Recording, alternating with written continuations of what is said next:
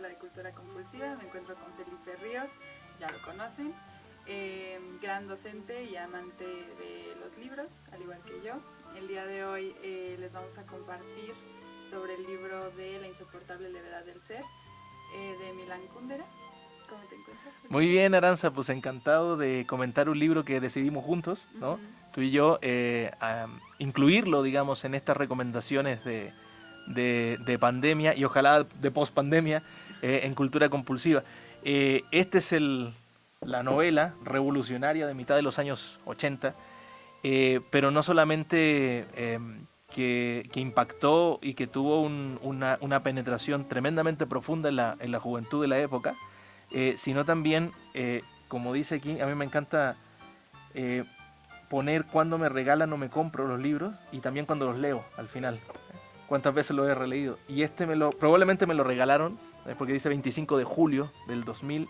¡Del 2000! ¡Del 2000!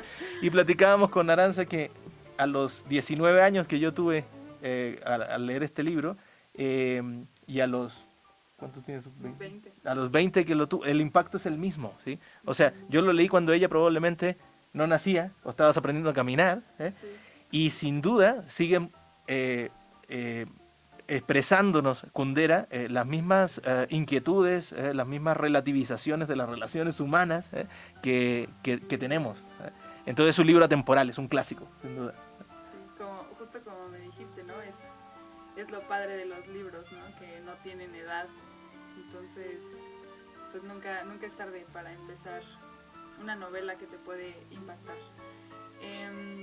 Pues si quieres, platícanos, no sé si sepas sobre Kundera, sí, claro. Bueno, Milan Kundera está vivo, de hecho vive en París, tiene más de 90 años. Es un eterno candidato al premio Nobel. Ojalá este año ya se lo den, porque ya está viendo el final del camino cada vez más cerca, Milan Kundera. Él es un autor que nació en Brno, que es una ciudad en ese entonces Checoslovaquia, ¿verdad? Ya a partir de los años 90, pues República Checa, nada más. Y es el autor checo más importante después de Kafka, sin duda, ¿no? De hecho, su obra en varias ocasiones proyecta lo kafkiano, es decir, lo absurdo de las instituciones, lo absurdo de la vida cotidiana, demasiado burocratizada, una vida civil que no se vive con la naturalidad que se debería vivir, ¿no? Y además con una crítica profunda, ¿sí?, a los sistemas políticos que oprimen al individuo, ya sea pues, totalitarismo, ya sea capitalismo, ¿no?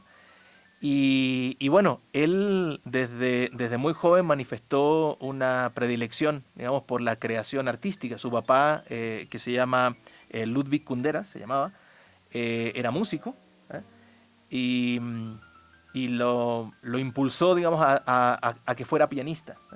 Él, digamos, no tuvo una trayectoria docta como pianista, pero como le encantaba el jazz, tuvo algún trabajo de pianista de jazz cuando salió exiliado de la República Checa, bueno, de Checoslovaquia. Sí, y aunque estudió en la Universidad Carolina de Praga, literatura, estética también, en realidad su formación académica es en el cine, ¿no? Él estudió en la Facultad de Cine de la Academia de Praga y después dio clases también de cine. Y por lo tanto, digamos, toda la absorción de películas de cinearte, sobre todo, se nota en sus novelas. Son novelas tremendamente visuales, ¿no? Son novelas tremendamente reflexivas, por supuesto, pero novelas en donde nosotros podemos ver casi las secuencias cinematográficas, ¿no? Bueno, hay que decir algo muy importante de Kundera. Él se afilió al Partido Comunista siendo muy, muy joven. Recordemos que Checoslovaquia estaba en la órbita soviética, ¿no?, en ese momento, pero luego fue expulsado, porque lo conspiraron contra él, digamos, porque lo acusaron de hacer actividades contra el partido. Y además, digamos, Kundera aprovecha este absurdo, esto kafkiano, ¿no?, de los regímenes totalitarios y publica en el año 67 una obra que se llama La Broma. y eso le costó pues, la expulsión, ¿no?, de su país. Esa es una de las primeras reflexiones. ¿Qué se condena en los regímenes totalitarios, las dictaduras, ¿no? Pues el humor, que la gente se ría, que la gente sea feliz. Todo tiene que ser grave, serio, ¿no? Solemne. Y él con la broma, que de hecho recupera parte de lo que fue su expulsión del partido, se burla totalmente de esto, ¿no? Y claro, ante un estalinismo tan férreo, ante un comunismo tan férreo que había llegado a Checoslovaquia, a Praga sobre todo, tiene como consecuencia que él viaje a Europa, ¿no?, a Europa occidental, y sobre todo a Francia. Y en Francia encuentra como la sensibilidad estética que él necesitaba. Posterior a esto, insiste, ¿sí?, es un tipo obstinado, digamos, en proponer lo que él cree, fuera de toda ley, de todo concepto preconcebido en cualquier, digamos, enfoque, y publica el libro de la risa y el olvido, por ejemplo. Publica el libro de los amores ridículos, ¿ah? O sea, todos son títulos en donde nosotros vamos viendo cómo se fluctúa entre tomarte tan en serio y solemne la vida, ¿sí?, cuando la vida es puro devenir, y al final, como son 3 días, 4 días que venimos aquí, ¿por qué no pasarla bien también? Pero era un autor muy de culto, ¿no? Era un autor, digamos, que leían sobre todo los exiliados checos y eslovenos, ¿no? Los exiliados rumanos, en fin, hasta que en 1984 publica esta novela La insoportable levedad del ser y se convierte no en bestseller, se convierte en lo que se llama un long seller, es decir, además de un superventas, pero a lo largo de todo este tiempo, ¿no? Es decir, se sigue vendiendo muchísimo, y deja tú vendiendo, que sería lo de menos, se sigue leyendo muchísimo, ¿sí? Y bueno, esa es la historia de Milán Kundera. Ahorita te digo, le hacen muchos homenajes, recibió el premio Franz Kafka este año, ¿no?, el 2020, que lo da el gobierno de Praga, y el embajador de Praga en Francia le pidió disculpas, de hecho públicamente, y le regresó la nacionalidad checa, el 2019, hace muy poco. Entonces estamos hablando de un autor que, si bien, por supuesto, por su edad avanzada, no ha escrito cuestiones tan significativas como esta. La última es del 2014, que se llama La fiesta de la insignificancia. De todas maneras estamos hablando de un autor del que recién incluso en su país se está apreciando el legado, ¿no? Claro. Wow, una trayectoria interesante. Esperemos que sí se le dé su reconocimiento debido. Y pues bueno, ¿de qué trata el libro? ¿De qué trata el libro? Bueno, hay una cosa bastante interesante, y es el hecho de que el propio autor interviene a lo largo, ¿no?, de la novela, y dice,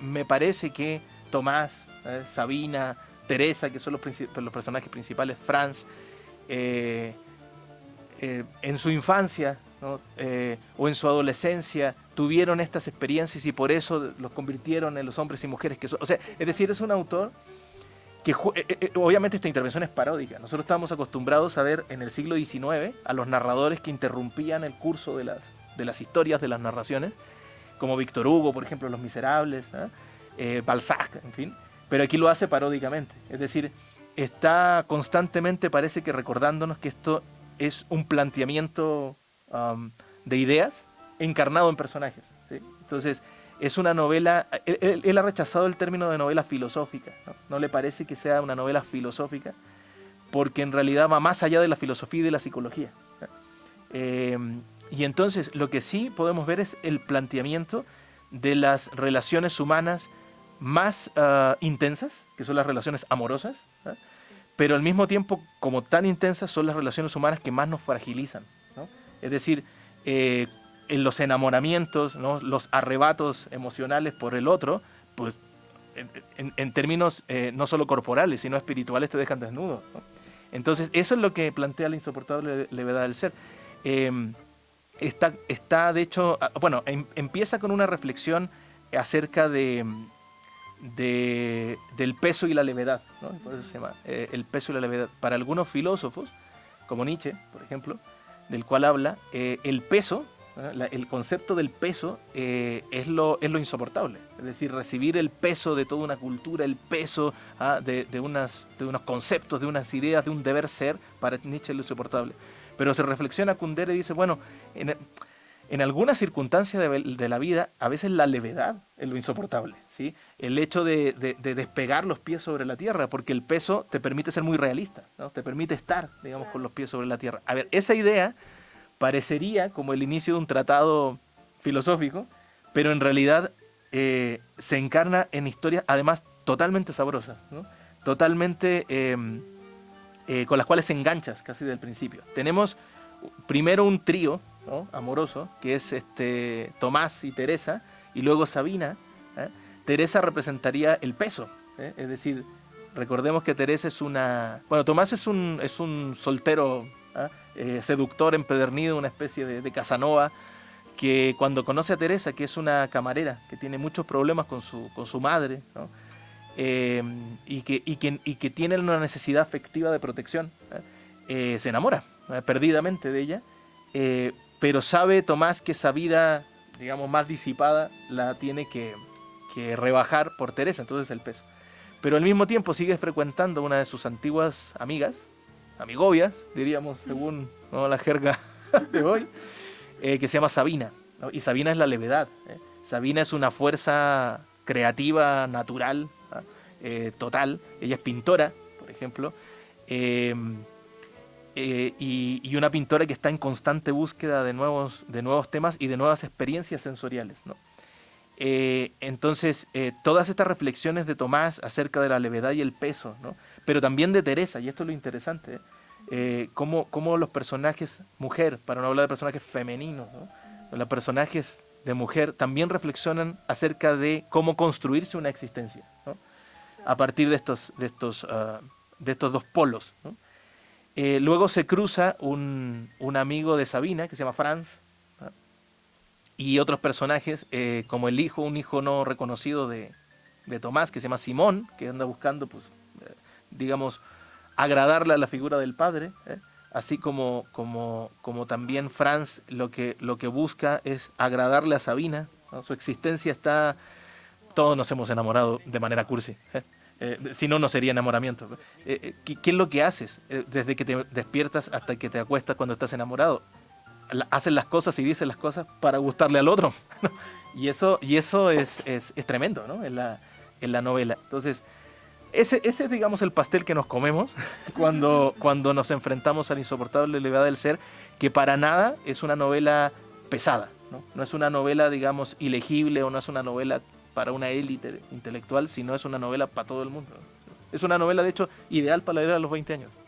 Sí, entonces recomendable al 100% y leerla a esta edad, a la edad que sea. A la edad que sea, pues, releerla ya a los 40 como casi tengo yo.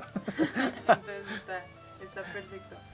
Wow, entonces toda esta parte del peso y la levedad, creo que pues todos lo vivimos, ¿no? Entonces nos vamos a sentir identificados. ¿Hay algo que en el libro que nos quieras compartir? ¿Alguna frase?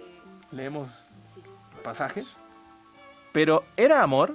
La sensación de que quería morir junto a ella era evidentemente desproporcionada. Era la segunda vez que la veía en la vida.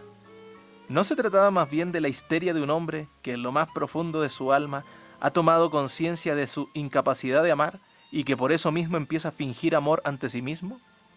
Y su subconsciente era tan cobarde que había elegido para esa comedia precisamente a una pobre camarera de una ciudad perdida, que no tenía prácticamente la menor posibilidad de entrar a formar parte de su vida.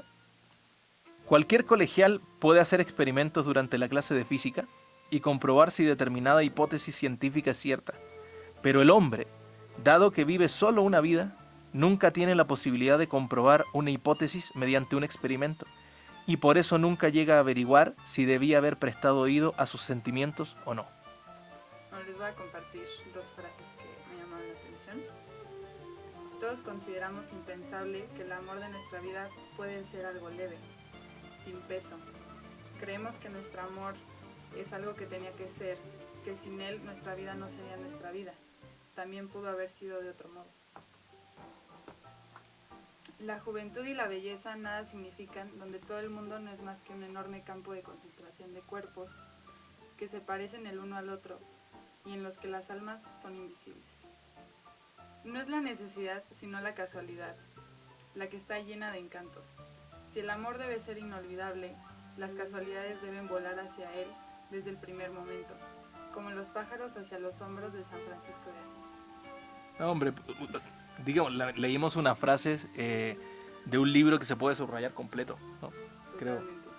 Entonces, pues los invitamos a que lo descubran o redescubran. Es una de las grandes novelas de la historia, ¿no? de la literatura.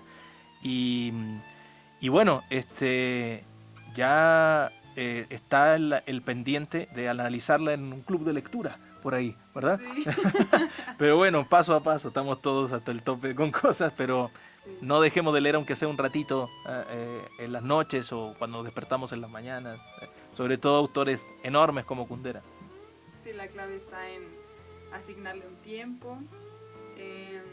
Ya vimos que la portada no importa, lo que importa es el contenido.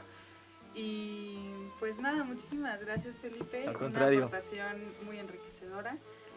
Hay que ponernos las pilas. En lo personal igual me voy a tener que poner las pilas para ya poder comentarlo después con amigos. Y pues nada, muchas gracias por acompañarnos y que tomaste el tiempo de escuchar esta cápsula. Y pues nada, muchas gracias, Felipe. Encantado de estar de nuevo contigo.